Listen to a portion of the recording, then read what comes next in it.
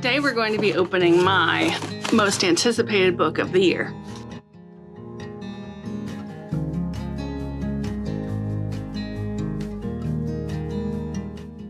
So last March, Brandon Sanderson dropped the bomb on us all about his 4 secret projects. And since he's my favorite author, of course I had to back it. I never really had a favorite of the 4. I read the titles. I read his inspirations for the books, but I never read any of the preview chapters. And out of the 4, I think I was still most excited about this first one. Heads up, we will be spoiling lots of things about it. No real big plot lines or anything like that, but we will be saying the name of the book and, showing interior art, and there will be, spoilers related to that. So if you don't want to see that kind of stuff, maybe, come back after you've read it. So anyway, Tress of the Emerald Sea was always going to be my favorite. It's based on The Princess Bride. He wrote it for his wife, which is really sweet. And then at Dragonsteel Con in November, I got a chance to talk with Howard Lyon about it. I asked him how he found out about it and, how he went through the process of designing the book. And, he was talking to us at a few of us at a, I think they called him a Kiefel catch or something like that, or coffee catch. Anyway, it doesn't matter. We were in a roundtable discussion with other fans, and, that was my question to him.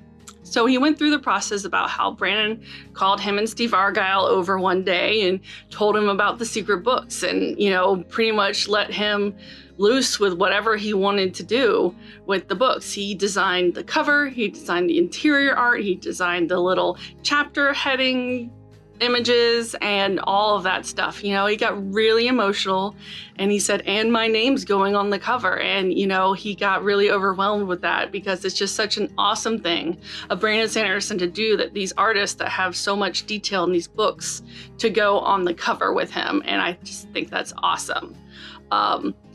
I've already read it. I think it's a wonderful, fun story. It is Cosmere aware, which is super fun, since the gloves are off now as of the Lost Metal, which is just so awesome that all these connected worlds are like open in the public now, kind of. That's why this one is probably my most anticipated book of the year. Waited almost a year for it. The only book I've been waiting longer for is the White Sand Omnibus. And this is actually Tress. It was painted by Steve Argyle at Dragonsteel Convention last November. He painted it during a panel, and then they put them up for a charity auction, and I won this one, and I just think it's beautiful. I love Tress. I love his painting, and let's open up this book that I'm sure I'm going to love. Okay, so comes in this cool Dragonsteel box. There was a foil sticker on it. I peeled it off already because I didn't want to cut it.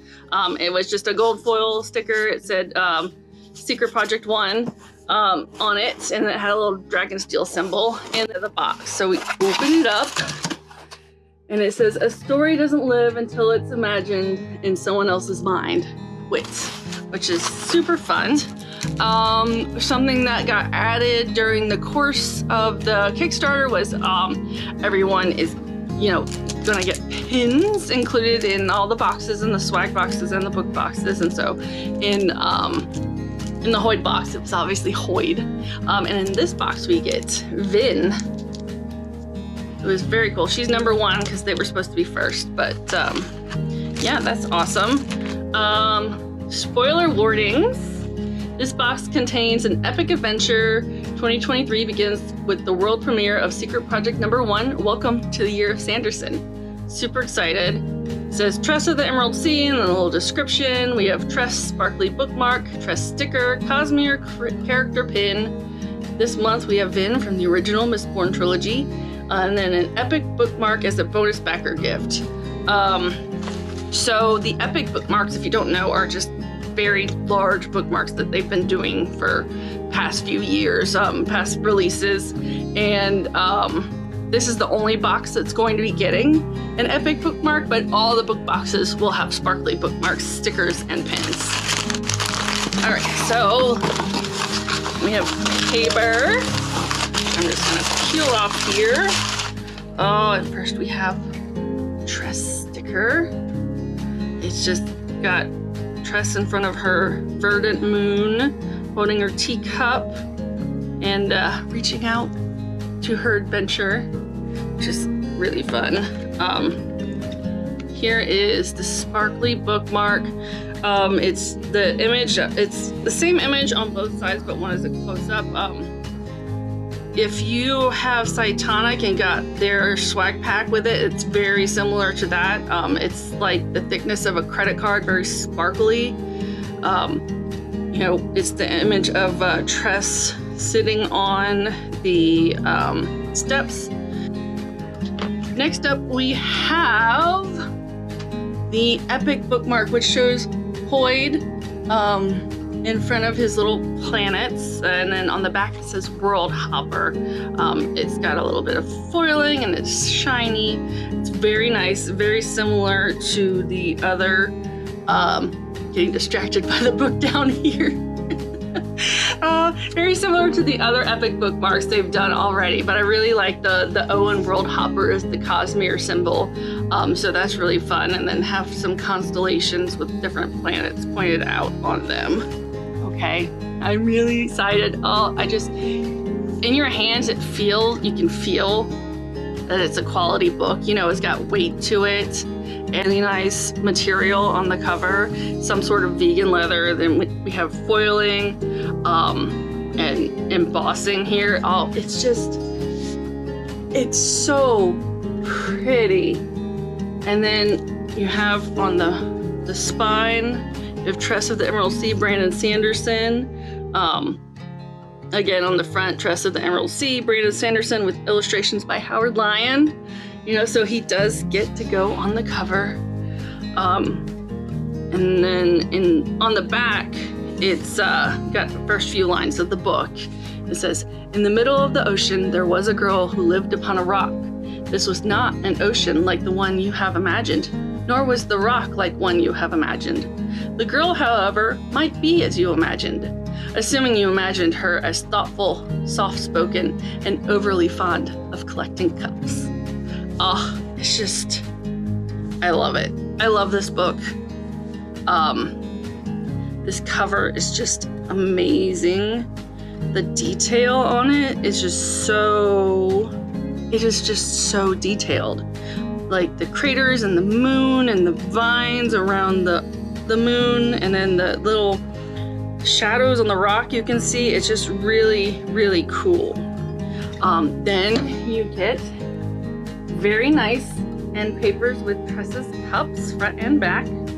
Title page again, Tress of the Emerald Sea. We have some full color art pages. It's very nice. So this is the same image on the bookmark. This is Tress sitting on her steps with her cup. Again, you know, here you see part one. We have the colors, the vines. And then you can see here, up here above the chapter heading, a little image. Now, this is a bit of a spoiler, so skip to this timestamp if you don't want to be spoiled about anything. But here is a GIF that someone did of all the chapter headings. And this just shows you how much detail Howard Lyon puts into something, because you can just see the way that chapter headings just grow and change over time as the story progresses. And it's just another extra detail that is just so awesome. And again, let's just flip through some of this art. You can see here, it's your friendly rat friend. We have the ship, her crossing the sea. Then we have Tress at the wheel of a ship. We have the captain with the vines. This is again a full color art page here. Then we have, oh, very cool. This is when the color shifts in the book, kind of. You can see here we have green on one side and red on the other. So they have added in that second color. So we have green and red printing. Come on to our next full color page, which is our dragon. Now, when we get to the end part of the book here, the chapter headings and the parts kind of have that red printing on them. Here we have a picture of a boat with red printing here, kind of that red coat sticking out. We have this black and white image of the tower on the island, which is really cool. Then we have this wonderful full image of a magical battle. I'm not going to spoil anything there, but when you get to it, pay attention to the shirt that the character on the left is wearing. So yeah, this is a beautiful book. I think it will look great with the rest of my leather-bound books. I'm gonna stick an image here with them sitting all together. So yeah.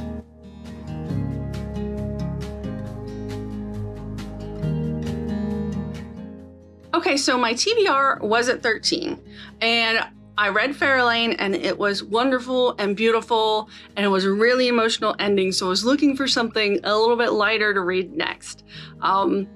Everything on my TBR seemed really heavy, and I was like, I need something kind of light to read. So I kind of took off the two lowest rated books and added kind of two fun ones on there. So one was the Left-Handed Booksellers of London, and the other one was The House in the Cerulean Sea. So I've removed two, added two, so the numbers were the same. So it was at 13, and I've actually read 3 books since last time, so now it's at bing, 10.